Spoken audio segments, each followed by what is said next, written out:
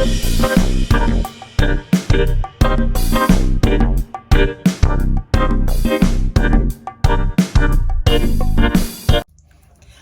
hello, hello. Welcome to my channel. It is your mom of three in NYC, and I am back with another video. Yay! You have just clicked on a review for Married at First Sight. We are still in Nashville, Tennessee, season 16, episode 13. I'm not acting crazy with you. If this is your first time on my channel, welcome, welcome, welcome. My name is Taneza. I am the mom to three reassuring kids. My kids can be very, very, very sweet and reassuring. There's nothing I like to hear better than, "You're the best mom ever, you're epic." So that's what they are today, reassuring kids living in the heart of New York City. I do have a YouTube family as well. I call them my tribe, and all you have to do to become a member of Taneza's tribe is to hit that button down below, the one that says subscribe. Subscribe, subscribe, subscribe. All right. Whew. Married at First Sight. This episode, I think it was good for all the couples. I think this is the first episode, if I'm mistaken, drop in the comments below, that it was really only positive for the couples, the four of them. There was no negativity. Let's just jump into it, okay? Let's just jump into it. All right, so we open the episode with Kirsten and Shaquille. Kirsten shows Shaquille a beautiful home. We later find out it's like $2.9 million, something crazy. He says, quote, "She's sexy in her element as the real estate agent." Kirsten wants Shaquille to purchase a home when his lease ends in 3 months. She's serious. And I believe her when she says this. She says that she wants to be able to say, "My husband bought me a house," and that's the wrong reason.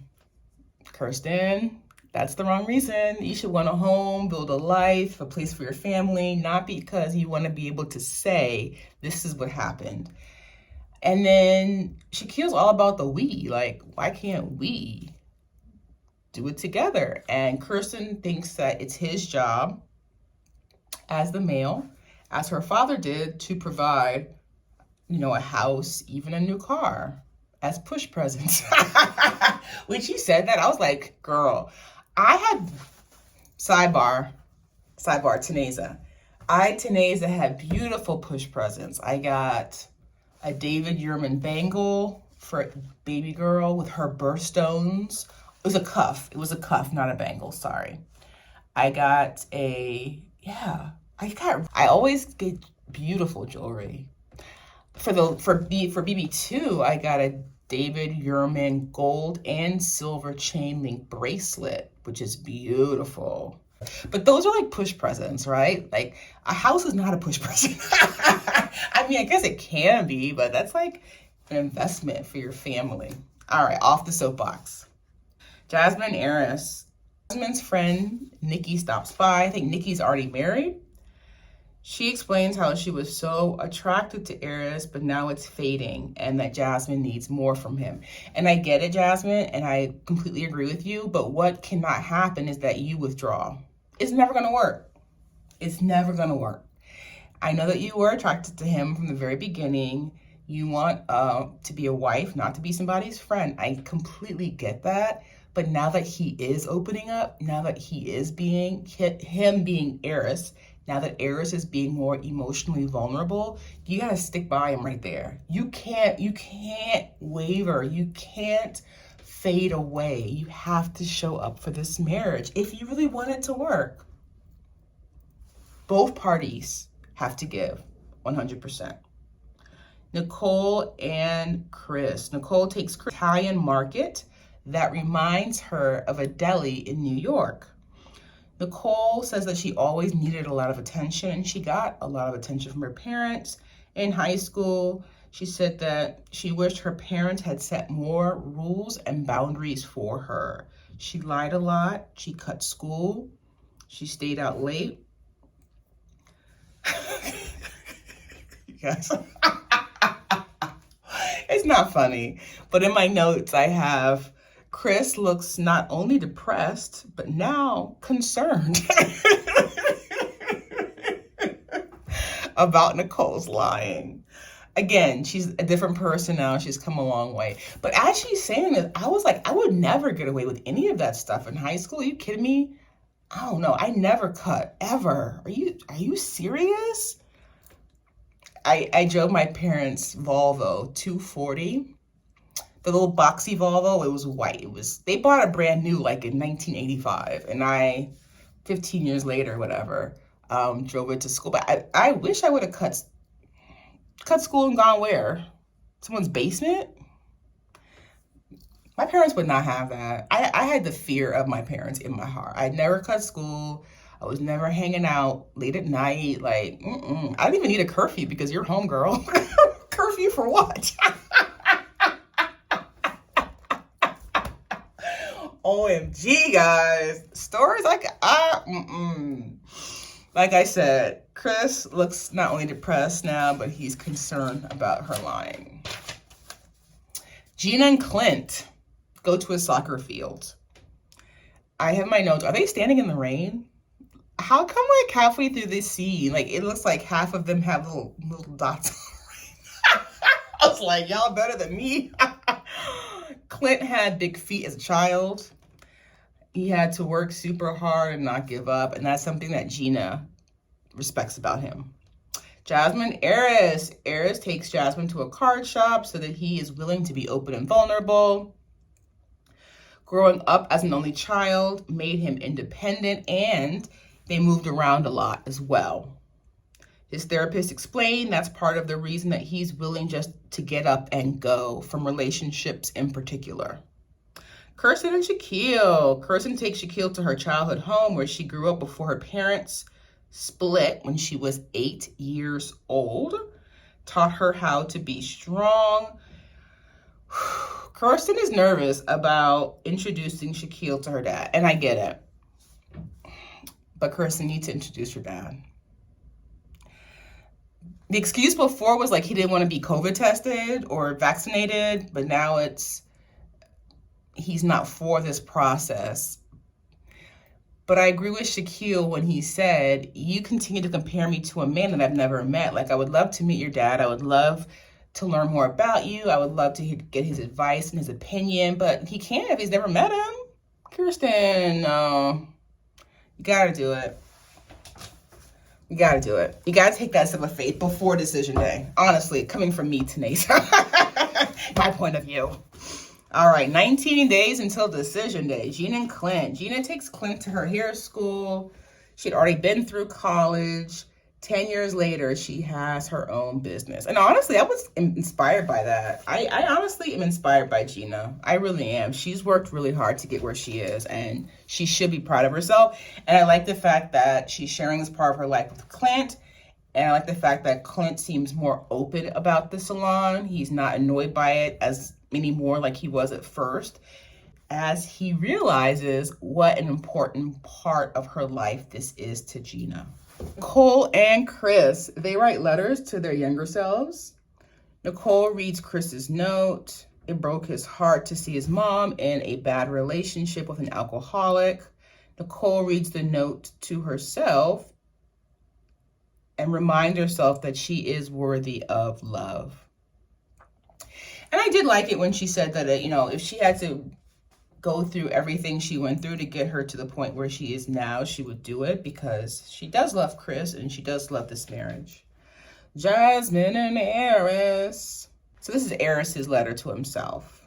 The confusion that you feel at age 12 will not last forever. You won't feel as alone in the end, and the smart guy always wins. Jasmine writes a letter to her 9-year-old self. In Murfreesboro, Tennessee, she was in the best space She had a great family life, a great school, wonderful teachers. When she moved to Memphis, she was, quote, too proper and was bullied. She reminds herself that her future is bright. What a great exercise that was. Kirsten and Shaquille. I will say that Shaquille seemed spicy this episode. I think that he's standing up more and more for himself, and I'm here for it. I like that for him. I really do. Shaquille introduces his godmother Daphne and his godsister Destiny to Kirsten. So when he was a child, his mom had swerved in the car to not get hit. And that's when that accident, the horrific accident, happened. Shaquille ended up tangled in a barbed wire fence. And that was traumatic. That was trauma. And both Daphne and Destiny give testimony to the fact that after the grandparents passed away, Shaquille's the person that really holds the family together. And I wrote this quote down because I have never heard more wise words. The godmother, Daphne, tells Kirsten, he is going to take care of you. Make sure you take care of him. And those are wise words. I think sometimes Kirsten can be a little bit selfish, a little bit self-centered, and think about herself instead of the relationship or Shaquille. And I thought that was really, really good wisdom. Gina and Clint. Gina's stylist come over for dinner. Sam, Raina, Jen. I didn't get the fourth one's name. Clint likes seeing Gina as a boss lady. Nicole and Chris. We learn more about his dad.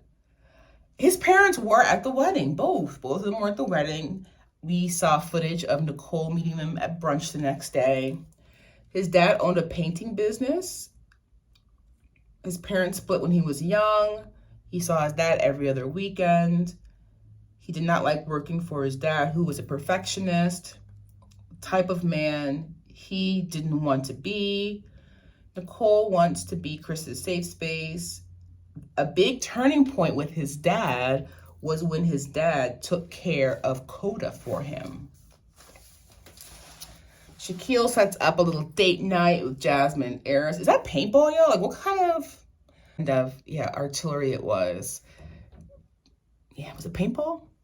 Shaquille sat down with Jasmine. He wanted a woman's perspective. He tells Jasmine to be true to herself because she is beautiful inside and out. And Shaquille is finally able to admit that not meeting Kirsten's dad does bother him. It does, and it should. Nicole and Chris. Chris organizes paint activity. Chris actually had fun. I felt like when he was doing the different accents, the depression lifted a little bit. I saw some sun crack through those clouds. I did. I'm here for it, Chris. I said, Chris actually has fun. They had a great time collaborating. I like the whole idea of painting together and then hanging that painting in your home together. I thought that was really, really sweet. Jasmine and Eris. Eris is taking the lead, being emotionally vulnerable. He read a letter, which I thought was huge of him. Huge. Huge. Let's put this down. Let's give Eris a clap. Round of applause. That was beautiful, Eris. You didn't have to do it, and you did. So he reads a letter from 1989. So that letter was like 99, 2009, 34 years old, written by his dad to his mom. And it's a beautiful letter. It's a beautiful letter. And he said he reads it like on Father's Day about his dad. He sees a dad and his son in the park. He reads it. And I thought it was beautiful. I really, really did. And I'm glad that Jasmine showed up for him as he was reading the letter and then asked him engaging questions afterwards. All right. So, yeah, I feel like everyone's on a good path. I think Nicole and Chris are still strong. He doesn't want her to be a liar, though. He's concerned. She's not who she used to be. But they're on a great path. I feel like this is an improvement for Jasmine and Eris. If they can just both tough it out, really. Gene and Clint, I think there's been some improvement there as well. I'm just not sure if they are attracted to each other. I just don't know. The separate bedrooms, I don't know. I don't know. And then Shaquille, I think we're seeing a new side of Shaquille. I'm here for it. He's taking up for himself. After the paintball, I'm thinking that's what it is, they had takeout and she's eating her salad and he asked her to please like close her mouth and she covers it. And he wants to have these tough conversations. And even when she said she didn't, he's like, well, I do. So we're going to talk about it. Like, I'm really proud that he is taking the stand and he's realizing that he's a great catch. He's a great catch. But like, I mean, just like Auntie Daphne said, he's going to take care of you. Make sure that you take care of him too. All right, tribe. That was fun. Fun. That concludes this review of Married at First Sight Nashville. I look forward to seeing you in my next video. Bye for now.